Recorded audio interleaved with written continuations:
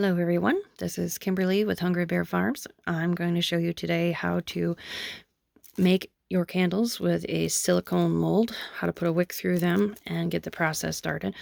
These are all Man Lake molds that I'm using, but I have a lot of other different molds. I like these ones, the Candle Flex molds, because they last for a lot of different pours and they're very durable and they're easy to use and they're easy to clean. But so far yet, I haven't had to clean anything. So that's been great. When you store your molds, quick tip, always make sure that you store them either in a closed container or store them upside down so dirt and dust and other things don't get into your mold. Then you probably never will have to clean them or hardly at all, but just check your molds before you go to use them. So today, this is actually going to be an egg mold. I like to write on the bottom of all my molds what it actually is so I can remember. This is a small egg. It takes the style 2 wick, which is a small braid, and it takes 1.6 ounces of wax. So most of your molds, just looking at this one, you can actually take the rubber bands off. And I'll show you, oops, there goes another mold, how to put it on there, but your molds will break apart. This way you can easily get the candle out, and the hole is in the center, in the bottom, so that you can put your wick through. Now, to use these molds, you will need a wicking needle. That's usually what I use to get it in there, and it works really good. So make sure you have everything lined up on your mold, so this way you don't get any seams or creases on your candle when it's finished. And then you're going to take your rubber band and put it around your candle mold. This way that helps keep the candle mold tight and your wax will not run out of your mold when you pour it in there. So now you've got your rubber bands on it. Usually this style line needs 2. Now I mentioned a wicking needle. So this is what we use. Just like a giant needle like you would use for sewing. And it is rather long and it's very pointy on this end. So obviously don't poke yourself with it. But you're going to take your style 2 braided wick and you're just going to put it in the top of the needle and you're going to run it through just about that much, and then you're going to take the other end of it. You're going to find where the hole is on this side. Oops. And you're going to put it through that end. And you're going to pull it through the other side until it comes out just a ways. And you can remove the wicking needle. And on this top part where you have your writing and everything, or just the base of the mold, this is actually the wick that is going to be used that you're going to be burning. So you want to make sure you don't leave too much. This way you're not wasting all this wick, and you don't want to leave too little. So usually what I do is I will pull it through about right there.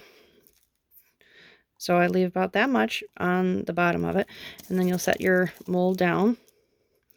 Make sure everything's aligned again. Now, some of you may use a variety of different things to keep your wick, straight. You want to make sure it's straight during the process and in the middle of your candle. This way your candle will burn correctly.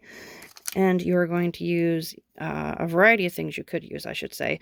I'm going to use what is called a wick bar, and just put it there, put it into the center so it holds it, and then you can take your pair of scissors and just cut the top of the wick off of that, because this is going to be your bottom of the candle. So you don't want to leave a huge amount, because again, you don't want to be wasting that wick, but you're just going to leave enough just in case, if you need to grab onto it to take it out of the mold, you can do that.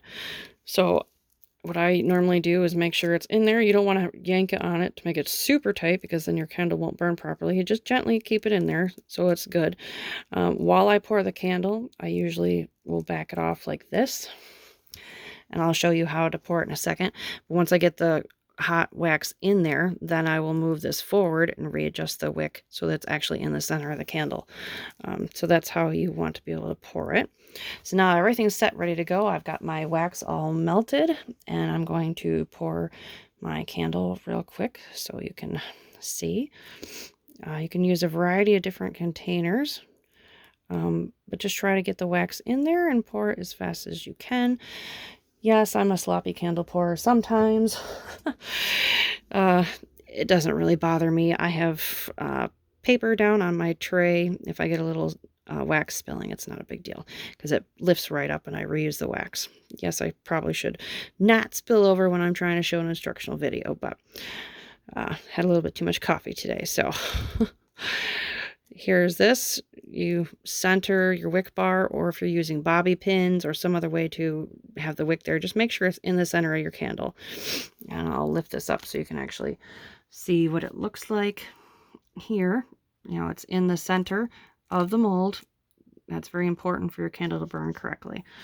All right, so once you've poured the wax into your mold, it will start to set up really quickly. And if it's cooler in your house, you'll get it to harden faster. And some molds like this one, you might be able to take out within a half an hour to an hour. It just depends on how warm your house is. But I usually like to leave them for a little bit. This way I'm not going to ruin the candles when it comes out. Some of them, you know, may start to dip and you have an extra area where there's not enough wax in there. So you can just pour a little bit more wax in at that point, just so that you have enough for your candle as it shrinks and sets up. And when you're ready to take your candle apart, once it's done, I'm just going to move this real quick. It's actually very easy to do. I have a finished candle here. It's all ready to be taken out. So you're going to take off your rubber bands first. It's going to be your easiest way to do it. And then for taking this out, you find your seams and you're just going to split the candle apart. The mold, I should say. Very easy. Some of you probably asked, do I use the candle release spray?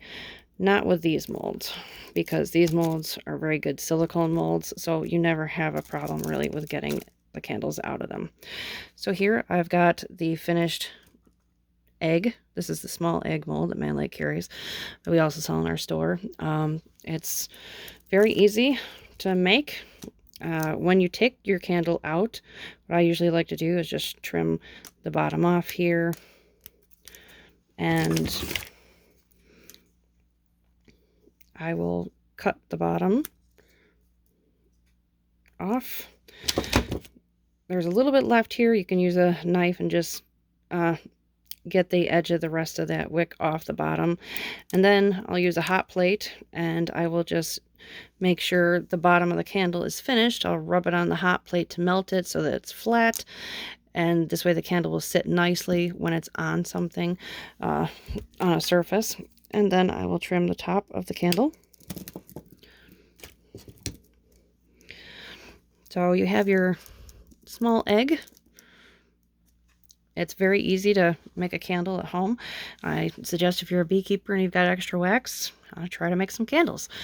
But if you have any other questions, please post them down below and I will try to get back to you with answers for all of them.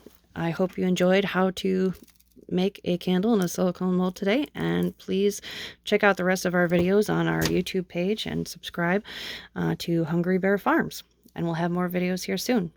Thanks again, and happy candle making.